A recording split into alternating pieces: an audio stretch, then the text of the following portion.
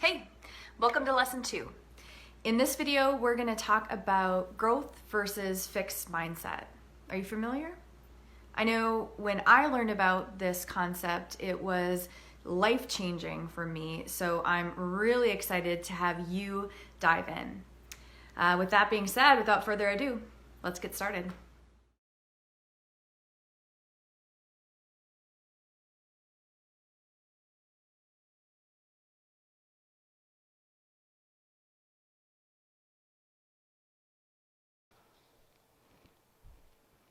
Okay, so with all this talk of insanity, and with all the observation of it, it can be hard to actually believe that a positive change can happen.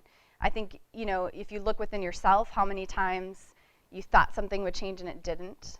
If you look around you, how many times you see people, quote unquote, fall off the bandwagon. So it begs the question, is true positive transformation, is true positive change possible? And I'm going to start that conversation by talking about snow. Here I am in my little snowsuit. Obviously, as you guys know, I grew up in Minnesota, so I know quite a bit about snow. And I know that if you get a big snowfall, let's say 8 to 12 inches, and you go sledding right away, the first time you go down the hill, it's not that fast.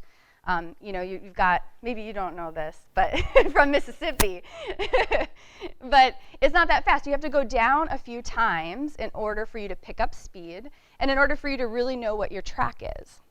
Now, that, in regards to change and transformation, is what's happening in our brain, and it's called myelination.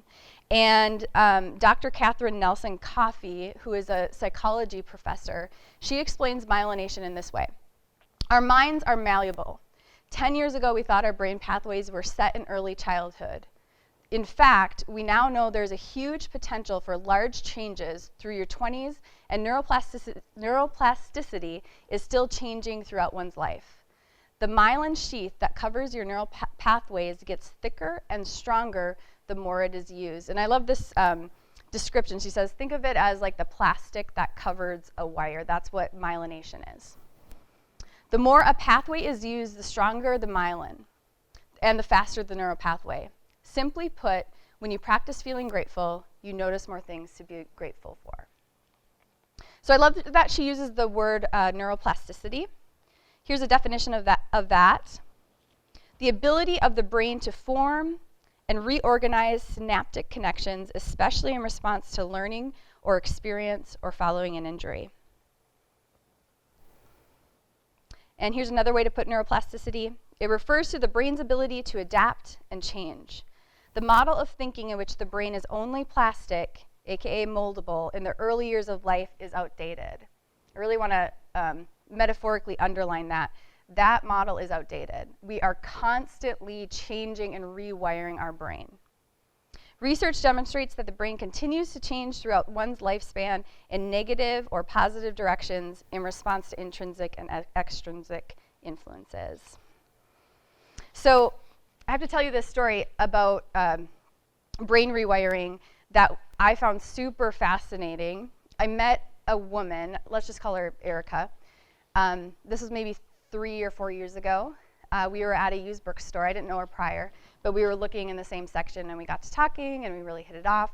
And so we went on a walk a few days later, and she confided in me that she had just got out of treatment for drug and alcohol abuse. And she was telling me about that really intense period. And she said one day she was in group, and she suddenly lost the ability to see color. Like completely, everything went black and white. And she said she wigged out. She ran outside to see if it was something with the lighting, and it wasn't. And then, of course, a therapist ran after her. And it was explained to her that what was happening was she was changing the way she was thinking so drastically and so intensely that her brain sort of ran out of resources in the process of myelination, and something had to give. So her ability to see color came back in like 2 minutes. But it really hit home the fact that this is literally happening. This is like a physical thing that your body is using energy to actually create pathways. So not only is it a habit of thought, it's a habit of thought that's made physical. Have you ever heard of anything like that? Isn't that crazy? You have? We talk about it in our house a lot because as people who suffer from anxiety and depression, and my wife has PTSD, we talk about automatic negative thoughts. And especially because I have the tools all over my house. I have the barbells and the nice clothing outfits and all of that. And if you let automatic negative thoughts continue without trying to break them, you have to like actively break them. It's just like muscle memory. Your mind automatically goes to that negative place if you let it. And so you have to actively work at saying, I'm going to exercise my mind and put a positive thing in my mind, just like you would your physical self. And it's not easy to do because you've trained your brain into automatically thinking like, well, yeah, I'm going to work out, but I know I'm not going to work out. So you've already told yourself it's okay not to work out. Well put. Isn't the acronym, is it ANTS? Automatic Negative Thoughts? Yeah. Yeah, I mean, it's amazing. It's amazing how quickly we can go to that, or go to those, and then they seem normal, just like the thoughts that we just, talked about, the I know better, therefore I should do better. Well, and that's a good segue too. We have these automatic negative thoughts on lots of different topics. And let's take like health, for example. Dr. Joel Fuhrman, he says it takes at least 14 tries of a food you're not familiar with just for your brain to register it as familiar. So not good. Just this is familiar. 14 tries. And I think that's kind of fascinating because if you don't know that, you might give up on some really great foods for a lifetime. Where if it would have just, just the 16th try, you would have been like, oh, this flavor is kind of good. You know what I mean? And then the 27th try, it's like, man, this is pretty amazing. But we don't know that, so we think 2 or 3 tries in, even 1 try in, I don't like this. And that has pretty big implications if you really think about it. I'm thinking of the standard American diet. The biggest missing food in the standard American diet is not only vegetables, but leafy greens in particular. They have the power to transform your health. They really do. Vegetables and leafy greens. In fact, Dr. Joel Fuhrman, his definition of health, and actually maybe I'll write this down so you can see it, is health equals nutrients over calories. So he's a medical doctor.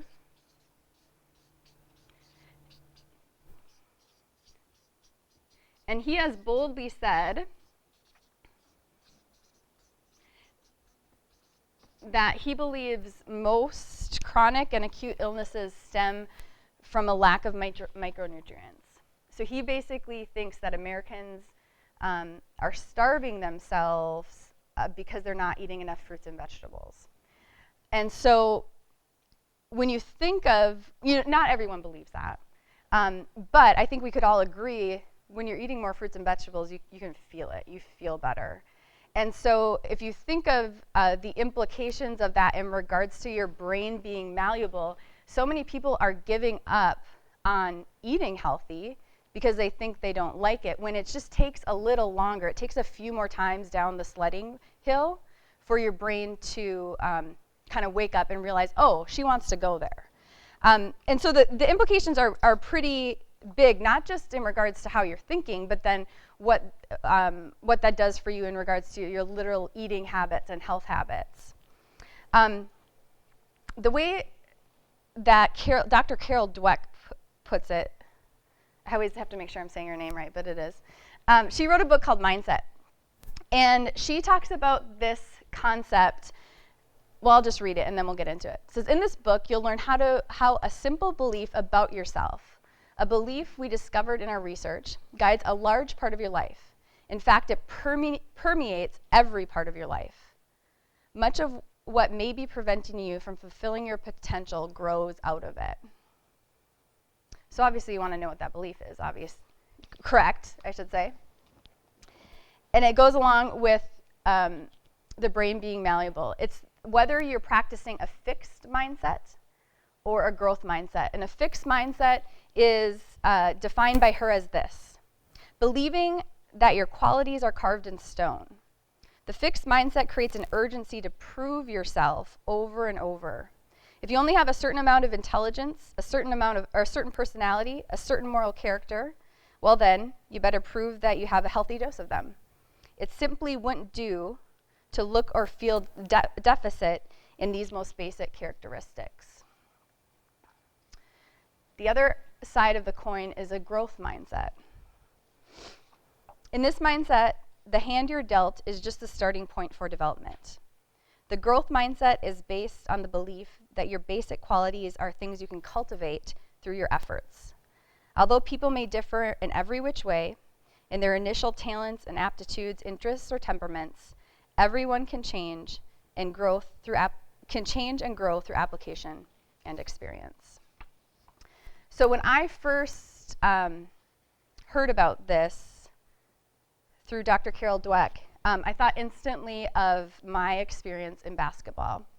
Here I am in 7th grade, played basketball from 4th grade to my senior year, and my first few years, especially in 7th grade, I loved it. And I was pretty good, and my team was pretty good. We even, as I was trying to find this picture, I saw that we got first place in a tournament once. So, and I probably scored quite a few points. But something happened in 8th grade, and I don't know what it was. I don't know if it was changes in me. I don't know if it was changes in the coach, probably all of the above. But I started to have this feeling of proving, like I needed to prove myself. And I don't think I could have put words to it then. This is just in hindsight, I'm realizing what happened.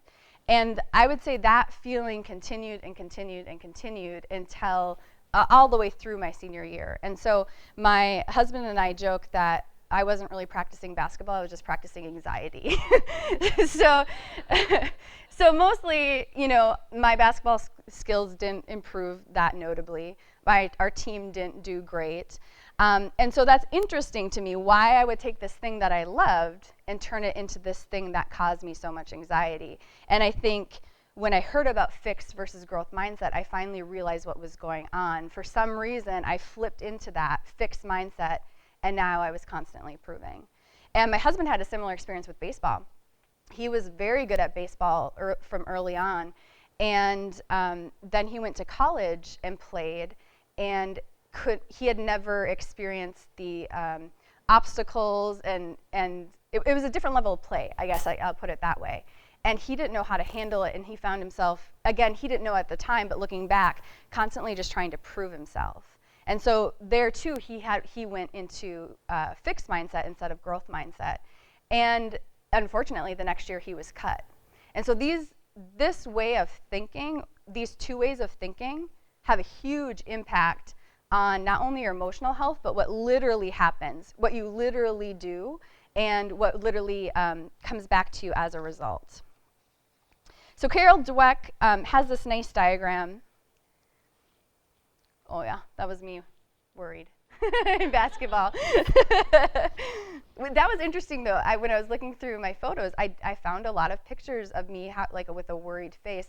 There was one where I was being announced to go into the game, and I was just, who knows, you can capture yourself at different times, but I did not look like I was having fun. So that was interesting too. Now you guys can't really see that from this far back, or from that far back, but I'll read it to you. This is Carol Dweck's diagram summarizing the difference between growth mindset and fixed mindset. So with fixed mindset, your belief is that intelligence, or anything good really, is static. This leads to your desire to look smart, and therefore a tendency to, when it comes to challenges, avoid them. When it comes to obstacles, give up easily. When it comes to effort, see effort as fruitless, or even worse. Oh, and that's interesting too. Reflecting back on this, my husband realized that in baseball, and in really sports in general, he was always trying to look effortless. And even though it takes a ton of effort to become effortless, he wanted to look effortless, and he could never put words to that until we figured out fixed mindset, that when you believe that something is static, like your sports ability, you don't want to look like you have to work hard to express it. Obviously, that didn't work out very well for him. It did in the end, because now he studied sports psychology because he really wanted to figure it out. But in regards to staying on the team, in regards to criticism, you try to ignore it, especially negative criticism, or negative feedback, excuse me, and the success of others threatens you. So as a result, people who practice a fixed mindset may plateau early and achieve less than their full potential. The growth mindset, on the other hand, you believe that intelligence is developed. This leads to your desire to learn, and therefore a tendency to embrace challenges, persist in the face of setbacks, see efforts as a path to mastery, learn from criticism and feedback, find lessons and inspiration in the success of others, and as a result, people who practice a growth mindset reach high levels of success. So to sum it up, I think Carol Dweck would agree with David Reynolds here.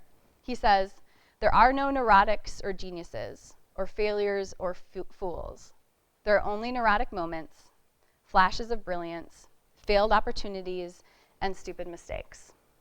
But these moments, pleasant or unpleasant, can never fix us into rigid characters. Aristotle says it this way: we are what we repeatedly do. Excellence, then, is not an act, but a habit. And finally, what I'd really love you to take away from this conversation about your brain being malleable, growth versus fixed mindset, is from Janine Roth. And she says, deep and lasting transformation is possible. If one person can break free, anyone can. So I'd like to pause for a second and have you just write down your top 1 to 3 insights. What really stuck with you? What do you want to remember?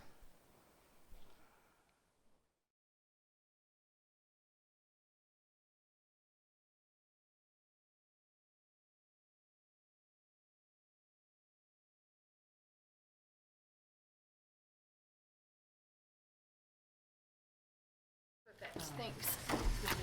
So is anybody, and please don't feel like you have to share because, again, this is being recorded, but is there anything that came up that you found interesting and are willing to share? Yeah. Well, I took away that it takes effort to become effortless. And not in like the hard work kind of way, but in that like you have to do something. Like it's not just going to become easy if you don't practice it or you don't do something. Isn't that, you don't do it. It's interesting, isn't it, that we have this perception that you're supposed to go from newbie to just looking like it's great without anything in between. Yeah. It's weird. It's weird. I mean, I think it's a proof that our culture is primarily built on a fixed mindset. That's what most of the people in our culture are practicing, or we wouldn't think that. Right. That's a great point. Anybody else? I took away deep and lasting transformation is possible even when it feels in the moment that it's not. So you could be transforming at the time that you really think you are the most stuck. Wow. Right? So that was sticking out to me. And then what a cool insight. And then I was thinking about, I know that our brain is constantly changing, but until I looked at that diagram that you had up, I just didn't know at what rate and what depth it's changing.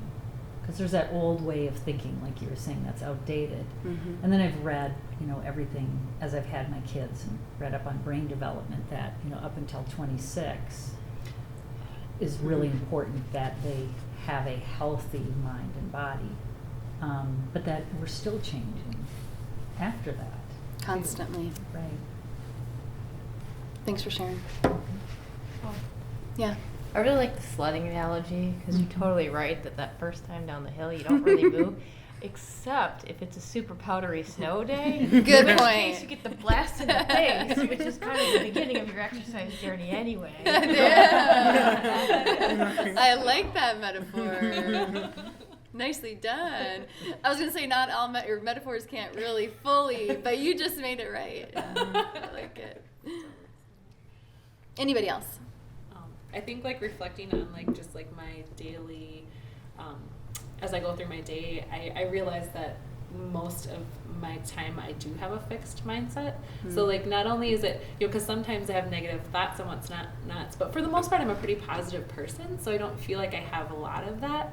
But I do like looking at that as like, oh my gosh, like I am totally like capping myself off in a lot of areas because that's what I've always done, and that's just, you know, I got to my where I'm at and now I can't grow anymore. And so I really kind of took that away as like not realizing that that's what's happening in my brain, is that I'm not opening it up to that growth mindset, and how much that I want to teach this to my children, because there are times where, you know, I have a teenager now, and so like her brain's starting to grow quite a bit more, and there's, you know, new challenges that come with that. But you know, like oftentimes, like I think, you know, like when I'm trying to like teach her something, or I mean, I probably talk too much, but like what I ultimately want her to understand is that I don't want you to quit something or to not do it because you think that's as good as you can be, you know, or like I want her to know that, you know, you don't have to do everything, you don't have to be great at everything, but you have the ability to grow, and your mind is always growing. So that's kind of what I took away from it. So I love gotta it. get that chart. Yeah. That book. Well, I think one easy way for me to know if I'm practicing fixed or growth is simply, am I trying to prove something, or am I willing to improve? Like it's really as simple as that. Yeah. If there's proving going on, it's clearly fixed mindset. But if I know, well, I'm practicing this, I'm willing to improve, then that's growth mindset doing its magic. Thanks for sharing, Laura. Anything else, ladies?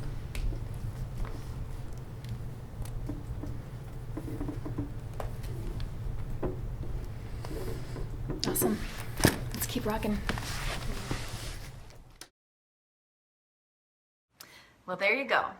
Lesson 2 complete, and just one more lesson to go in this module. In lesson 3, we're going to talk about things like headaches and cravings, also excuses, how they're related to positive transformation, how they're related to this topic of fixed versus growth mindset, and what all of them have in common with each other. So, see you over there in the next video, Module 1, Lesson 3.